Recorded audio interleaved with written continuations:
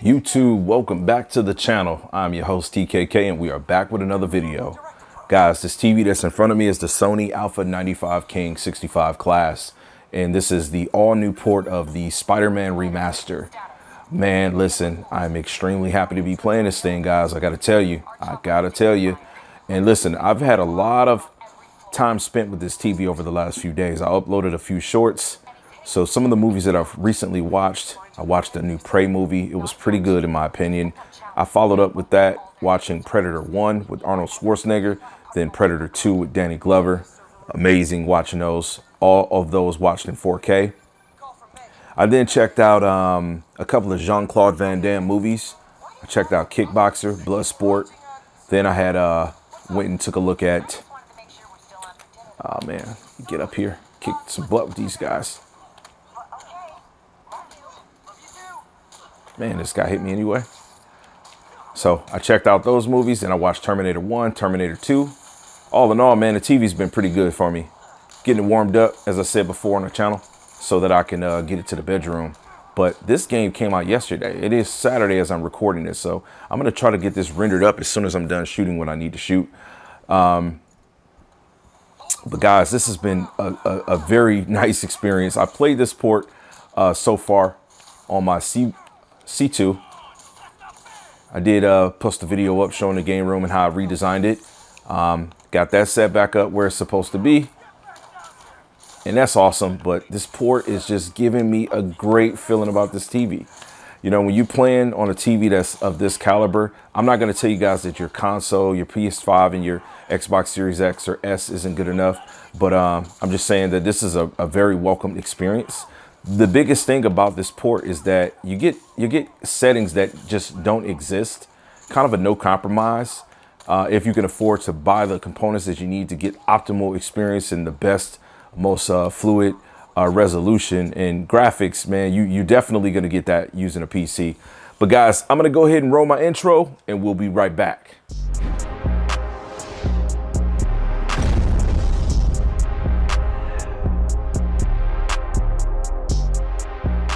All right, so to get to some fine talking points on this, I just want to take a minute and just talk to you guys about what gaming has been like on this thing. So outside of this game that I'm absolutely loving, okay, I've been playing this game since yesterday, which it came out yesterday, Saturday as I'm recording this, on my C2. If you didn't see the short or the video that I posted yesterday, check it out. I showed you guys the game room. I've got the C2 and 55 back on my desk where it belongs, and this game has been a great experience. Now, breaking it in with this, as I said, I've watched a lot of movie content. If you've seen some of the shorts I posted previously, it's been enjoyable. It has been great playing this game. This game does require you to respond fairly quickly to a lot of quick commands, dodging. You got to have some dexterity for like different combinations, launching an opponent, webbing them down. You know, you've got to be able to hit two buttons at one time on several occasions for you to be able to execute like focus attack finishes. So this game requires you to, you know, have some great accuracy, and the latency on this is not really bad. I'm playing this in full 4K at the refresh rate of 120 hertz. And obviously, as you can see, my frame rate is just kind of, it's moving as it needs to. I do have VSync turned on. G-Sync does not work on this TV as well as it does on the LG, nor does it work as good on the Samsung as it does on the LG. So I'll just say that variable refresh rate is active though, so I don't experience any screen tearing. I just want to put that out there. Web slinging for like 20 minutes, just trying to see if I'm seeing any tearing. I'm very sensitive to this, guys. If you don't know my background, listen, I am super OG. I played competitively, traveled different cities, different states in the United States back in the late 90s, mid 90s, early 2000s on arcade games. So I'm really sensitive to things like input latency. I feel a lot of casual people that are, you know, new or that venture into the hobby of these TVs look at these input latency readings and they really just, I think, blow them out of proportion. This TV works really good. Now, keeping in mind, the milliseconds are off when you compare to LG's lineup, the G2, the C2, when you compare it to Samsung's lineup, the Samsung 95 Bravo, they're going to have lower readings of input latency, but it's not within such a great mark that you're not going to be able to enjoy the experience on this. Again, as I said, playing a fighting game requires quick actions, quick reflexes, perfect timing in certain scenarios. And then playing this game for quite some time, it responds really, really well, guys. It looks good. It's just an overall great experience. I'm trying to cover, you know, some of the different talking points about this because I am a gamer. This game does a great job of offering you like reflections. I've said that before. I mean, the remaster, they did really good. Things like this floor that I'm looking at, where I'm shooting at, below that you can see some reflections. But ray tracing, what it does is it realistically gives you like real reflection, real light, and it's very taxing on this PC. So again, you guys that are playing on like console, PlayStation 5, Xbox Series X, those are going to look, listen, beautiful, beautiful. But you're almost always with those consoles going to have some type of internal resolution rendering that's at a lower level to then upscale it so that it looks closer to 4K. On the PC, you can take advantage of many of those different technologies, but you have the ability to play in a native 4K resolution. You don't want to play in 4K? Great. You can play in a native 2K resolution, 2560 by 1440. That's QHD. It looks really, really nice. And then your presets are pretty good on this. Not that I'm trying to advertise this game, but just offering you the context to how I'm experiencing this TV. I am seeing it in the absolute best light that I can. Now, the base of this computer, this is my Plex build. So, you know, this system is being extremely taxed because I have people streaming from this in another state. I have people streaming from this in my house as I'm playing this. The basis of this system features an Intel i9-9900K processor and an NVIDIA Founders Edition 3080 Ti graphics card. But plugging it up to this TV, it's been remarkable. I've had a great experience. And this TV has just brought to life everything that I would have expected. Highlights are pretty good. This game does feature a lot of different explosions and things of that sort. And right there, spot on the money right there. That was a nice highlight in person for me. It just looks really good. Like I said, the reflections and the light and everything, it's done really well. And this TV it's bringing it all to light for me, where I have nothing that I can complain about. I think the biggest complaint that people are going to have with this is the lack of the HDMI 2.1 ports. It does suck. For me, you know, not such a big issue. I am fortunately going to be using this TV in my bedroom, in which I'm not even going to have,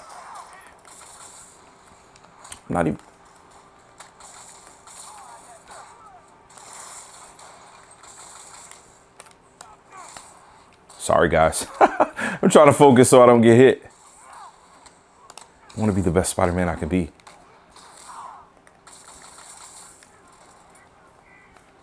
There. But biggest issue, like with the ports, not going to be a problem for me because I'm going to be streaming content from this, having a Fire Stick connected to it. It's going to be my means of connectivity. That port is going to be plugged to HDMI 1. I think I have a Sony soundbar system coming to the channel soon. I'm thinking that I'm going to try something like that to go to the bedroom. I think it might be a more optimal fit for me to put me in a position where I'm not so concerned about having like a receiver in my bedroom. So I don't know. We got some ideas, some things, different things that are going to be coming to the channel. But the port option, or the lack of option for HDMI 2.1 ports, I have to admit, really an issue. Because even if you're using a solution like Sony's 7000 series soundbar that does give you two 2.1 inputs, they lack variable refresh rate. They lack ALLM. And so it almost makes you wonder, like, what the hell is the purpose for those ports? I mean, you can't do VRR, which puts you in a position where if you're doing any PC gaming, you got a V-Sync. So I'm not sure. I'm not sure what the thought was with that, but I will say that I personally appreciate the effort taken into them trying to make an accessory like a soundbar that can not only enhance the audio of the TV, but can also give you something to, you know, be hopeful of in regards to port connectivity. I want to give a shout out to KG tech, man. Listen, he just recently put a full comparison video, like with footage of both his Alpha 95 King and his Samsung 95 Bravo TV. Many of people were asking me to do that. It's not my type of content to do that. Not that I have a problem doing any comparisons. I certainly know that I missed out on a lot of video views because I had this TV like off the jump. But, you know, I admire anybody that can be organic with their content, right? I'm a gamer, so you're gonna come to my channel for a much more enthusiastic look into what you can do as a gamer. Like, I know for a fact none of the guys that are reviewing TVs play like fighting games at like a competitive level, which is nothing wrong with that. But it speaks to individuality and how unique we all are when it comes down to us being able to speak to these. So KG, if you happen to see this, I do appreciate what you did. I gave that video full watch time, brother. I enjoyed it. I don't get to watch a lot of content on YouTube. I'm very busy. I've got a full family. And, you know, when I'm trying to make my videos, I'm doing the best to make them as real as they can be. So when I come from a talking point perspective, it's literally just like, at the end of the day, I'm not going to review anything that I'm not personally using. I'm not going to buy anything just to review it. And I'm not going to make content that is not realistic to me. Like if I can't identify with it, I'm not going to make it. And so I would rather wait for someone else to do it and for me to offer an opinion on it. So I will be offering some context to my opinion on his video at a later time. All right, guys. So to conclude, man, listen, this thing has been great for me. The tax to this TV is going to be something that a lot of people don't understand. And if you find yourself in that place, there are so many other options you can go after. This TV, depending on the sale, because it just came out, it's 2 weeks old now. It's going to cost you $1,000 plus more than the S95B. Retail cost will be $1,000.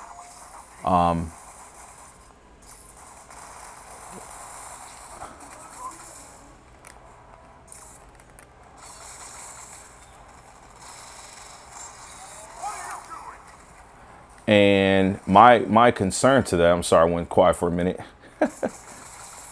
My concern to that is that, you know, you can make that same comparison going from the C2 to the S95B. You're gonna be paying anywhere from $500 to $800 more. It really just depends. Seeing the C2 on sale for around $2 grand in 65 class. I guess that's the size that a lot of people like to go for. You know, me personally, I got C2 in a 55 class because I use it as it's a gaming TV for me. So, you know, just make a decision that's going to be best for you. This is not a TV that I would get if I know that I'm like a gamer, you know, hardcore. This isn't a hardcore gamer TV. No way. And there's no person that can tell you that with a straight face and keep it 100%. Just trying to give me that business. Yeah, but let me know what you guys think about any of these views that I've shared. These are just my opinions. You know, not to shy away from the opinions of any others, but I'm going to catch you guys on the next one. I'm checking this game out. I'm loving it. And we'll see you next time. Max love.